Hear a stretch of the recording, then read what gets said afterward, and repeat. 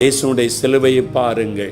ஆண்டவரே, என்னை மன்னியும், உம்முடைய இரத்தத்தினால் என் இருதயத்தை கழுவும் என்று சொல்லி பாருங்கள். அந்த இரத்தத்தின் வல்லமை உங்களுக்குள் இறங்குவதை நீங்கள் உணர முடியும். அந்த பாவத்தின் பாரம் உங்களை விட்டு விலகி போவதை உணர முடியும். இயேசு தம்முடைய சிலுவையை சுமந்து கொண்டு கொல்கதா என்று சொல்லப்படுகிற மேட்டிற்கு கடந்து போனார். அவர் அங்கே சிலுவையில் அறையப்பட்டார். அவர் ரத்தம் சிந்தினது நிமித்தமாக, அவர் அந்த சிலுவையில் அவமானங்களை சகித்தது நிமித்தமாக நமக்கு என்ன ஆசீர்வாதம் உண்டாகிறது? பாவங்களுக்கு செத்து நீதிக்கு பிழைத்திருக்கும்படிக்கு இயேசு கிறிஸ்து தாமே தம்முடைய சரீரத்தில் நம்முடைய பாவங்களை சிலுவையின் மேல் சுமந்தார். அந்த சிலுவையில் அவர் சுமந்தது என்ன?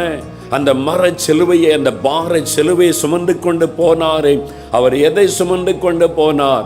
வேத வசனம் சொல்லுகிறது, நீங்கள் அந்த மர சிலுவையை பார்க்கிறீர்கள், ஒரு பாரமுள்ள சிலுவை அவர் மீது அழுத்தி கொண்டிருப்பதை பார்க்கிறீர்கள். ஆனால் வேத வசனம் சொல்லுகிறது, அவர் சுமந்து கொண்டு போவது ஒரு மரம் அல்ல, உங்களுடைய அக்கிரமங்கள், நம்முடைய பாவங்கள், நம்முடைய மீறுதல்கள், அதைத்தான் அந்த சிலுவையின் மீது தன்னுடைய தோளிலே சுமந்து கொண்டு போகிறார் என்று வேத வசனம் நமக்கு சொல்லுகிறது. எனக்கு அன்பானவர்களே, மனிதனுடைய பாவங்களை அவர் தந்த சிலுவையின் மீது சுமந்தார் என்று வேத வசனம் சொல்லுகிறார். மனிதனுக்கு அநேக பிரச்சனை இருக்கிறார். உங்கள் ஒவ்வொருவரையும் அழைத்து கேட்டால் ஒவ்வொரு பிரச்சனை நீங்கள் சொல்லக்கூடும். ஐயா, கடன் பிரச்சனை, ஐயா இந்த வியாதி பிரச்சனை, ஐயா என் பிள்ளையின் காரியத்தில் இந்த பிரச்சனை, ஐயோ நான் என்னுடைய தொழிலில் இந்த பிரச்சனை என்று ஒவ்வொரு பிரச்சனை நீங்கள் சொல்லக்கூடும். ஆனால் மனிதனுடைய மிகப்பெரிய பிரச்சனை என்ன தெரியுமா? அவனுடைய பாவங்கள், அவனுடைய பாவங்கள். மனிதன் அதை வெளியே சொல்லுவது இல்லை. ஆனால் அவனுக்குள், உள்ளத்திற்குள் ஏற்படுகிற மிகப்பெரிய போராட்டம் அவனுடைய பாவத்தினால் உண்டாகிற போராட்டம். அவனுடைய சமாதானத்தை அது கெடுத்துவிடும் பாவம். எந்த பாவமாக இருக்கட்டும், மதுபான பழக்கமாக இருக்கலாம், வேசித்தனமாக இருக்கலாம், சூதாட்டமாக இருக்கலாம், மற்றவர்களை ஏமாற்றின ஒரு பாவமாக இருக்கலாம், கண்களின் இச்சைகள், மாமிசத்தின் இச்சைகள், பொய்யும் பித்தலாட்டம், ஏமாற்றுவது, புறம் கூறுவது, எந்த ஒரு பாவமாக இருந்தாலும் சமாதானத்தை கெடுத்துவிடும், அவருடைய நிம்மதியை அதை பாதித்துவிடும். ஆகவேதான் மனிதன் சமாதானத்தை தேடி அலைகிறதை நாம் பார்க்கிறோம். அது மாத்திரம் அல்ல, பாவத்திற்கு ஒரு வல்லமை உண்டு. பாவம் ஒரு மனிதனை கட்டி அடிமையாக்கி விடுவதை நீங்கள் பார்க்க முடியும். பாருங்கள், பக்தியோடு தெய்வத்தை தேடுகிற மனிதன் கூட தன் கையில் வைத்திருக்கிற அந்த சிகரெட்டை கூட அவனால் விட முடிவதில்லை, மதுபானத்தை விட முடிவது இல்லை. எவ்வளவு பக்தியோடு தெய்வத்தை தேடி எத்தனை மைல்கள் பிரயாணப்பட்டு போனாலும் கடைசியில் இந்த மதுபானத்தை விட முடியாமல் தவிக்கிறான். என்னால் இதை விட முடியவில்லையே என்று எண்ணுகிறான். காரணம், பாவத்திற்கு ஒரு வல்லமை உண்டு. அது அவனை அடிமைப்படுத்திவிடும், அவனை கட்டி அவனை அடிமையாக்கிவிடும். பாவத்தின் வல்லமை ஒரு மனிதனை நரகத்தின் அக்னிக்குள்ளே இழுத்து போய்விடும். வாழ்நாள் முழுவதிலும், எஞ்சன காலம் முழுவதிலும், நித்திய காலமாய் அந்த ஆத்மா அக்னியிலே வேதனைப்பட்டு கொண்டிருக்கும். உலகத்தில் ஒரு மனிதனுடைய சரீரத்தை நெருப்பினால் எரித்தால் சில நிமிட நேரத்தில் அவனுடைய உயிர் போய்விடும், அதோடு வலியும் முடிந்துவிடும், அவ்வளவுதான். ஆனால் நரகத்தின் அக்னி என்பது அப்படி அல்ல. அது அவியாத ஒரு அக்னி. இரவும் பகலும் அந்த அக்னி எரிந்து கொண்டிருக்குமாம். அங்கே புழு கூட சாகாதாம். வேதனை இருக்கும், மரணம் இருக்காது. வேதனை இருக்கும், சாவு இருக்காது. நரகத்தில் ஒரு மனிதன் வேதனைப்படும் பொழுது அவன் சாவை விரும்புவான், ஆனால் சாக முடியாது. வேதனை மாத்திரம் இருந்து கொண்டே இருக்கும். அது எத்தனை ஆண்டுகள் ஆனாலும் ஒரு குறிப்பிட்ட காலத்தோடு இந்த வேதனை முடிவதில்லை. அது நித்திய காலமாய் 100 வருஷம், 200 வருஷம், 1000 வருஷம் நித்திய காலமாக வேதனை. ஆகவேதான் அந்த நரகத்தின் அக்னியிலிருந்து மனிதனை தப்புவிக்க, அந்த பாவத்தின் வல்லமிலிருந்து விடுதலையாக்கத்தான் இறைவன் மனிதனாக உலகத்தில் வந்து சிலுவையில் பாடுபட தன்னை ஒப்பு கொடுத்தார். பாவம் அத்தனை பயங்கரமான விளைவுகளை கொண்டு வரும். ஐயோ, இந்த பாவத்தின் பாரம் தாங்க முடியாத ஒரு பாரமாய் இருக்கிறது. ஒரு தேசத்தை ஆளுகை செய்கிற ராஜாவினுடைய உள்ளம் சமாதானம் இல்லாமல் தவிக்கிறது. அவன் சொல்லுகிறான், என்னுடைய பாவம் என்னை வேதனைப்படுத்துகிறது, என் பாவம் தாங்க முடியாத பாரமாக என்னை அழுத்துகிறது, ஒரு பார சுமை என் மீது வைக்கப்பட்டதை போல நான் நிம்மதியை இழந்து தவிக்கிறேன் என்பதாக ஒரு தேசத்தின் ராஜாவினுடைய கதறுதல். பாவம் செய்கிற மனிதன் யாராயிருந்தாலும் அவனுடைய உள்ளத்தில் அப்படிப்பட்ட தவிப்பு இருக்கும். நிம்மதியாக இருக்க முடியாது. வெளியிலே மகிழ்ச்சியாக இருப்பதை போல நடிக்கலாம், ஆனால் அவருடைய அந்தரங்க வாழ்க்கையில் சமாதானம் இல்லாமல் அவருடைய ஆத்மா தவிக்கும். ஆகவேதான் மனிதன் பாவத்திலிருந்து விடுதலை பெற வேண்டும், பாவ மன்னிப்பை பெற்றுக்கொள்ள வேண்டும் என்று சமாதானத்தை தேடி அவன் அலைகிறதை பார்க்க முடிகிறது. எங்கு போனால் என் பாவம் மன்னிக்கப்படும், என்ன செய்தால் எனக்கு பாவ மன்னிப்பு கிடைக்கும் என்று மனிதனுடைய உள்ளம் அலைமோதுகிறது. அதற்காகவே அவன் பிரயாசப்படுகிறான். மனிதனுக்கு இந்த பாவ மன்னிப்பை கொடுப்பதற்காக அவரே தன்னுடைய சரீரத்தை நொறுக்க ஒப்புக்கொடுத்து மனிதனுடைய அக்கிரமங்களை தன் மீது அவர் ஏற்றுக்கொண்டார். மனுக்குலத்தின் பாவத்தை தன் மீது ஏற்றுக்கொண்டு தன்னை பலியாக சிலுவையில் ஒப்புக்கொடுத்தார் என்று வேத வசனம் தெளிவாய் சொல்லுகிறாரு. ஒரு சமயம் இந்தியா டுடே பத்திரிகையில் பிரபலமான அந்த மேகசினில் ஒரு செய்தி வெளியிடப்பட்டிருந்தது. ஒரு மனிதன் வலது கரத்தை உயர்த்தி இப்படியே வைத்து கொண்டு நிற்பதை போல வட இந்தியாவில் கங்கை நதி கரையில் நடந்த ஒரு விழாவிற்கு அந்த மனிதன் வந்திருந்தான். அவனை குறித்து ஒரு குறிப்பை கீழே போடப்பட்டிருந்தது. 10 வருஷத்திற்கு மேலாக இந்த கையை பொழுது கீழே இறக்க முடியாது, அப்படியே நின்று போனது. அவன் நடந்தாலும் வலது கரத்தை உயர்த்தி கொண்டே நடப்பான். அவன் உட்கார்ந்தாலும் இந்த கரத்தை உயர்த்தி கொண்டே உட்காருவான். அவனுக்கு வேண்டிய உதவிகள் செய்வதற்கு ஆட்களை நியமித்திருந்தான். அவன் உட்கார்ந்திருக்கும் பொழுது ஒரு கயிற்றை தொங்க விட்டு அதை அப்படியே பிடித்து கொண்டு இருப்பானாம். இப்படி 10 வருஷத்திற்கு மேலாக தன் கைகளை உயர்த்தி கொண்டு காரியங்களை செய்து கொண்டிருக்கிறான் என்றால் அந்த பத்திரிகை குறிப்பை சொல்லுகிறது, அவன் ஒரு பாவத்தை செய்து விட்டானாம். தன்னுடைய வலது கரத்தினால் ஒரு பாவத்தை அவன் செய்து விட்டானாம். என்ன பாவம் என்று தெரியவில்லை. ஒருவேளை யாரையும் அடித்திருப்பானோ, அல்லது லஞ்சம் வாங்கி இருப்பானோ, அல்லது அநியாயமாக ஏதோ ஒரு சம்பாதித்திருப்பானோ தெரியவில்லை. ஆனால் அவன் சொல்லுவது, என் வலது கையினால் நான் ஒரு பாவத்தை செய்து விட்டேன். ஐயோ, இந்த கையினால் தானே நான் பாவம் செய்தேன், இப்படி என் சமாதானத்தை நான் இழந்தேன். ஆகவே இந்த கையை நானே வருத்தி கொள்ளுவேன். என் பாவம் மன்னிக்கப்படுவதற்காக, எனக்கு சமாதானம் கிடைப்பதற்காக இந்த கைக்கு நானே தண்டனை கொடுத்து பாவ நிவர்த்தியை உண்டாக்கி கொள்ள வேண்டும் என்று கரத்தை உயர்த்தி வைத்தான். அப்படியே நடந்து நடந்து நடந்து 10 வருஷம் ஆகிவிட்டது. இந்த கை இப்பொழுது மடக்க முடியவில்லை. எனக்கு அன்பானவர்களே, 10 வருஷமாய் தன் கையை அவன் வருத்தி வேதனைப்படுத்தி கொண்டு எத்தனையோ இடங்களுக்கு செல்லுகிறான். ஆனால் இன்றைக்கு வரைக்கும் அந்த பாவம் மன்னிக்கப்பட்ட நிச்சயம், அந்த சந்தோஷம் அவனுக்கு கிடைக்கவில்லை. அந்த பாவம் நிவர்த்தியான ஒரு மகிழ்ச்சி அவனுக்கு கிடைக்கவில்லை. இன்னும் அவன் அலைந்து கொண்டிருக்கிறான், சமாதானத்தை தேடி, பாவ மன்னிப்பை தேடி அலைந்து கொண்டிருக்கிறான். அது சமாதானத்தை கெடுக்கும், அது நரகத்திற்குள்ளே கொண்டு செல்லும். பாவம் செய்கிற மனிதன் வைகுண்டத்திற்கு செல்ல முடியாது, மோட்ச பாக்கியத்துக்கு செல்ல முடியாது, நரகத்தின் வேதனைக்குள்ளே சென்று விடுவான் என்பதை இந்தியாவில் பெரும்பாலான மக்கள் நம்புகிறார்கள். பாவத்தை குறித்த பயம் இந்திய மக்களுக்குள் இருக்கிறபடினாலே தான் தெய்வத்தை தேடுகிறார்கள்.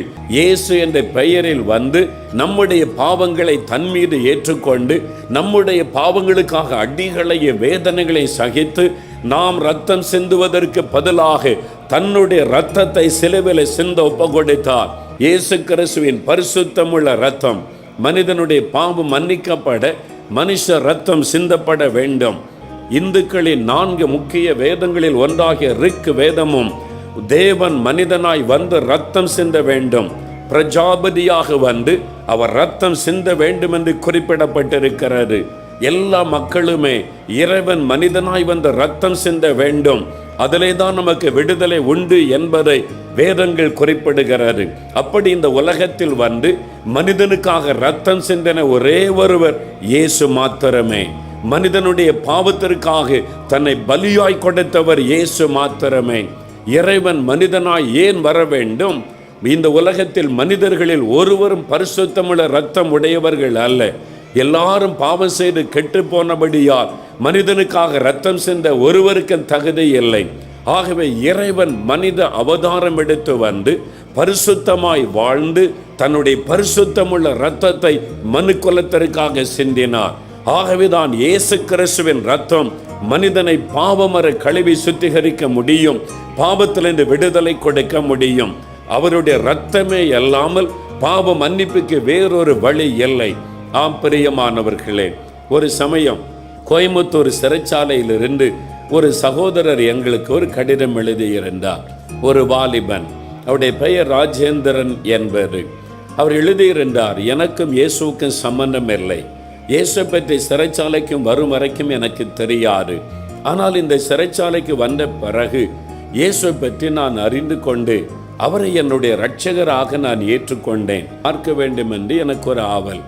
நானும் என் மனைவியும் இதற்காகவே ஒரு சமயம் கோயம்புத்தூர் சென்று அதற்கான உத்தரவை பெற்று அந்த வாலிபனை பார்க்கும்படி நாங்கள் சென்றிருந்தோம். ஒரு 22 வயது இருக்கும், அழகான சௌந்தரியமான ஒரு வாலிபன். நான் அவனுடைய காரியத்தை விசாரித்த பொழுது நடந்த காரியத்தை சொன்னான். ஒரு கிராமத்தை சார்ந்த ஒரு வாலிபன். சில வாலிபர்கள் சேர்ந்து சீக்கிரமாய் பணக்காரனாக வேண்டும், அதற்கு என்ன செய்யலாம் என்று யோசித்தார்கள். பாருங்கள், பண ஆசை எல்லா தீமைக்கு மேலாயிருக்கிறது. பணம் பணம் என்று அதற்கு இடம் கொடுத்தபடியினால் பணக்காரருடைய வீடுகளுக்குள்ளே நுழைந்து கொள்ளையடித்தால் நாம் பணக்காரன் ஆகிவிடலாம் என்று அவர்கள் யோசித்தார்கள். ஆகவே கொள்ளையடிக்க தீர்மானித்தார்கள். முதலாய் ஒரு வீட்டிற்குள்ளே கொள்ளையடிக்க போனார்களாம். தவறான நண்பர்களோடு இந்த வாலிபன் சேர்ந்து நானும் வருகிறேன் என்று கடந்து போனான். திருடுகிற சமயத்தில் வீட்டார் விழித்து கொண்டபடியினால் கொலை செய்யக்கூடிய சூழ்நிலை உண்டாகிவிட்டது. ஆகவே ஒரு கொலையும் நடந்து விட்டது. இவன் அருகிலே துணைக்கு நின்றான், அவ்வளவுதான். ஆனால் வெகு சீக்கிரத்தில் போலீசார் கண்டுபிடித்து விட்டார்கள், இவர்கள்தான் கொலையாளிகள் என்று. இப்பொழுது விசாரணை கைதியாக சிறைச்சாலையில் அவர்கள் வைக்கப்பட்டிருக்கிறார்கள். அந்த வாலிபனுடைய உள்ளம் உடைந்தது. இந்த தவறான நண்பர்களோடு சேர்ந்து பண ஆசைக்கு இடம் கொடுத்து இனிமேல் என்னுடைய கிராமத்தில் நான் வெளியேறி போனாலும் என்ன சொல்லுவார்கள்? திருடன் வந்திருக்கிறான் என்று தான் சொல்லுவார்கள், கொலைகாரன் வந்திருக்கிறான் என்று தான் சொல்லுவார்கள், என் குடும்பத்தாரை கொலைகாரன் குடும்பம் என்று தான் சொல்லுவார்கள். அந்த வார்த்தை அவனுடைய உள்ளத்தின் மனசாட்சியை வாதித்தது. என்னால் ஒரு மனிதர் இறந்து போனாரே, ஐயோ நான் ஒரு கொலைகாரன் ஆகிவிட்டேனே, அந்த பாவம் அவனுடைய மனசாட்சியை வாதித்தது. இரவும் பகலும் நிம்மதி இல்லாமல் அழுது கொண்டிருந்தான். என் பாவம் மன்னிக்கப்படுமா, நானும் இந்த பாவத்திலிருந்து ஒரு விடுதலை பெறுவேனா என்று அவனுடைய மனசாட்சி வாதித்தபடி நான் சிறையில் அழுது கொண்டே இருப்பானாம். ஒரு நாள் ஞாயிற்றுக்கிழமை, ஒரு வாரமும் ஒரு ஊழியக்காரர் செல்லுவது வழக்கம். அங்கே போய் அந்த மக்களுக்கு கூட்டம் நடத்தினார். விரும்பின கைதிகள் அதில் பங்கு பெறுவார்கள். அவர்களுக்கு அவர் பாடல் சொல்லி கொடுத்து இயேசு பற்றி பிரசங்கம் பண்ணுவார். இந்த ராஜேந்திரன் என்கிற வாலிபனுக்கு அதிலெல்லாம் நாட்டம் இல்லை. அவன் தூரத்தில் அமர்ந்து தன் வாழ்க்கையை நினைத்து வேதனைப்பட்டு கொண்டிருந்தான். அந்த பிரசங்கியார் பிரசங்கித்த வார்த்தைகள் அவனுடைய காதிலே விழுந்தது. இயேசு நம்முடைய பாவங்களுக்காக சிலுவையில் மரித்தார். இயேசு நம்முடைய பாவங்களை மன்னிக்கிறவர், பாவ மன்னிப்பின் சந்தோஷத்தை தருகிறவர், மெய்யான சமாதானத்தை தருகிறவர். அவரால் பாவ கரைகளை மாற்ற முடியும். இந்த வார்த்தையை கேட்ட பொழுது அவனுடைய உள்ளத்தில் ஏதோ ஒரு மாற்றம் உண்டானது. என் பாவம் மன்னிக்கப்படுமா, நான் இப்படி பண ஆசைக்கு இடம் கொடுத்து திருடனாய் கொலைகாரன் ஆகிவிட்டேன், என் பாவம் மன்னிக்கப்படுமா, இரவும் பகலும் என் மனசாட்சி என்னை வாதிக்கிறது, என்னால் நிம்மதியாக தூங்க முடியவில்லை, என் பாவம் மன்னிக்கப்படுமா என்பதாய் கேட்டான். இயேசுவின் அன்பை அவர் சொன்னார். எப்பொழுது உன் பாவத்தை உணர்ந்து நீ மனம் திரும்புகிறாயோ உன்னை மன்னிக்க இயேசு ஆயத்தமாயிருக்கிறார். உன் பாவங்களை சிலுவையில் அவர் சுமந்தார். உனக்காகத்தான் கள்ளர்களுக்கு நடுவில் ஒரு கள்ளனை போல் அவர் சிலுவையில் தொங்கினார். உன்னை மன்னிப்பார். இனி பாவம் செய்ய மாட்டேன் என்று ஆண்டவர் ஒப்புக்கொடு என்று சொன்ன பொழுது கண்ணீரோடு அவன் அழுதான். இயேசுவே, நான் பாவம் செய்துவிட்டேன், அநியாயமாய் ஒரு குடும்பத்தில் ஒரு மரணம் ஏற்பட நான் காரணமாகிவிட்டேன், என்னை மன்னித்துவிடும், இனிமேல் அந்த பாவம் வேண்டாம் என்று அவன் அழுதான். இயேசு கிறிஸ்துவின் இரத்தத்தின் வல்லமை இறங்கினது. அவனுக்குள்ள பாவ மன்னிப்பின் சந்தோஷம் வந்தது. அந்த வாலிபனை நானும் என் மனைவியை சந்தித்து பேசின பொழுது அவனிடத்தில் கேட்டோம், உங்களுக்கு என்ன தண்டனை கிடைக்கும்? எப்பொழுது தீர்ப்பு வரும் என்பதாக. அவன் சொன்னான், ஐயா, ஏனென்றால் நான் குற்றவாளி. நான் ஒரு அநியாயமாய் ஒரு குடும்பத்தில் மரணம் ஏற்பட நான் காரணமாகிவிட்டேன். ஆகவே என்ன தண்டனை கொடுத்தாலும் நான் ஏற்றுக்கொள்ளுவேன். என் உள்ளம் மகிழ்ச்சியாயிருக்கிறது. இயேசு என் பாவத்தை மன்னித்து விட்டார். அவர் கொடுத்த சமாதானம் என் உள்ளத்தில் இருக்கிறது. அதை ஏற்றுக்கொள்கிற மகிழ்ச்சி எனக்கு இருக்கிறது என்று சொன்னார். அதுதான் இயேசு கிறிஸ்து கொடுக்கிற சமாதானம், பாவ மன்னிப்பின் சமாதானம். அந்த பாவத்திலிருந்து ஒரு விடுதலை, பாவ மன்னிப்பின் மகிழ்ச்சி. இயேசுடைய சிலுவையை பாருங்கள். ஆண்டவரே என்னை மன்னியும், உம்முடைய இரத்தத்தினால் என் இருதயத்தை கழுவும் என்று சொல்லி பாருங்கள். அந்த இரத்தத்தின் வல்லமை உங்களுக்குள் இறங்குவதை நீங்கள் உணர முடியும். அந்த பாவத்தின் பாரம் உங்களை விட்டு விலகி போவதை உணர முடியும். யாருடைய வீட்டிற்குள்ள திருடும்படி நான் கடந்து செல்லவில்லை என்று நீங்கள் சொல்லலாம். அது மாத்திரம் பாவம் என்று எண்ணாதிருங்கள். வேதம் சொல்லுகிறது, இயேசு சொன்னார், பொல்லாத சிந்தனைகள், விபச்சாரம், வேசித்தனம், அசுத்தம், காமவிகாரம், வன்கண், தூஷணம், பெருமை, சண்டைகள் புறப்பட்டு வரும். அவைகள் உள்ளத்திலிருந்து புறப்பட்டு மனிதனை தீட்டுப்படுத்தும். உடைய உள்ளத்திலிருந்து புறப்படுகிற பெருமையும் பொறாமையும் எரிச்சலும் கோபமும் இச்சைகளும் வைராக்கியங்களும் உடைய சமாதானத்தை கெடுத்துவிடும், தேவ பிரசன்னத்தை கெடுத்துவிடும். ஆகவே அந்த பாவத்தை விட்டு மனம் திரும்பி நீங்கள் ரட்சிக்கப்பட வேண்டும். அதற்காக அவர் சிலுவைக்கு போனார். உங்க ரத்தத்தினால என்னை கழுவிருங்க அப்படின்னு சொல்லி ஒப்பு கொடுத்தீங்கன்னா இயேசு கிறிஸ்து உடனே உங்களுக்கு இறங்குவார். உங்களுடைய பாவத்தை மன்னிக்கிறத மாத்திரம் இல்லை, அந்த பாவத்தின் வல்லமிலிருந்து விடுதலை தந்து விடுவார். அதன் பிறகு உங்களுடைய லைஃபே வித்தியாசமாக மாறிடும். அதை நீங்கள் பார்ப்பீங்க. இப்போ நம்ம அதுக்காக ஜெபிக்க போகிறோம். ஆண்டவர் என்னோட பேசி இருக்கிறார், என் பாவங்கள் எல்லாம் என்னை விட்டு போகணும் அப்படின்னு சொல்லி இப்போ நம்ம ஜெபிக்க போகிறோம். என் கூட சேர்ந்து ஜெபிக்கிறீங்களா? உங்களுடைய இருதயம் தான் இயேசுவின் ரத்தத்தினால் கழுவப்படணும். இருதயத்தில் தான் அவர் வந்து வாசம் பண்ணுவார். அதனால் இருதயத்தில் கை வைத்து கொள்ளுங்க. தகப்பனே, இந்த மகனுக்காக மகளுக்காக உம்முடைய முகத்தை பார்க்கிறேன்.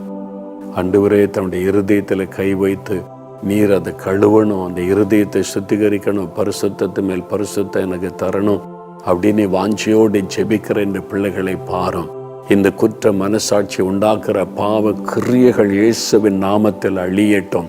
அந்த பாவத்தின் வல்லமைகள் இயேசுவின் இரத்தத்தினால் அழியட்டும். பாவத்திலிருந்து அவளுக்கு ஒரு பூரண விடுதலை உண்டாகட்டும். உம்முடைய இரத்தத்தின் வல்லமையினால் விடுதலை உண்டாகட்டும். அந்த பாவத்தை இச்சைகளை தூண்டுகிற ஆவியின் கிரியைகள் இயேசுவின் நாமத்தில் அழியட்டும். இயேசுவின் இரத்தத்தின் வல்லமையினால் இன்றைக்கு விடுதலை அப்பா. புதிய இருதயத்தை தாரும், புதிய சிந்தையை தாரும், ஒரு மன மகிழ்ச்சியை கொடுத்து ஆசீர்வாதம் நீ செய்துவிட்டதற்காய் ஸ்தோத்திரம், ஸ்தோத்திரப்பா. ஆண்டவரே, இந்த பிள்ளைகள் உமக்கு அர்ப்பணித்து கொண்டபடியால் இப்பொழுது வியாதியஸ்தரை தொடும், பலவீனப்பட்டவளை தொடும், தடைகள் விலகட்டும். இயேசு கிறிஸ்துவின் நாமத்தில் இந்த வீட்டுக்குள்ளே அற்புதங்கள் நடக்கட்டும். அவர்கள் மகிழ்ச்சியோடு உம்மை துதிக்க உதவி செய்யும். நீர் செய்துவிட்டதற்காக ஸ்தோத்திரம், ஸ்தோத்திரம், ஸ்தோத்திரம். இயேசு கிறிஸ்துவின் நாமத்தில் ஜெபிக்கிறோம் பிதாவே. ஆமேன், ஆமேன்.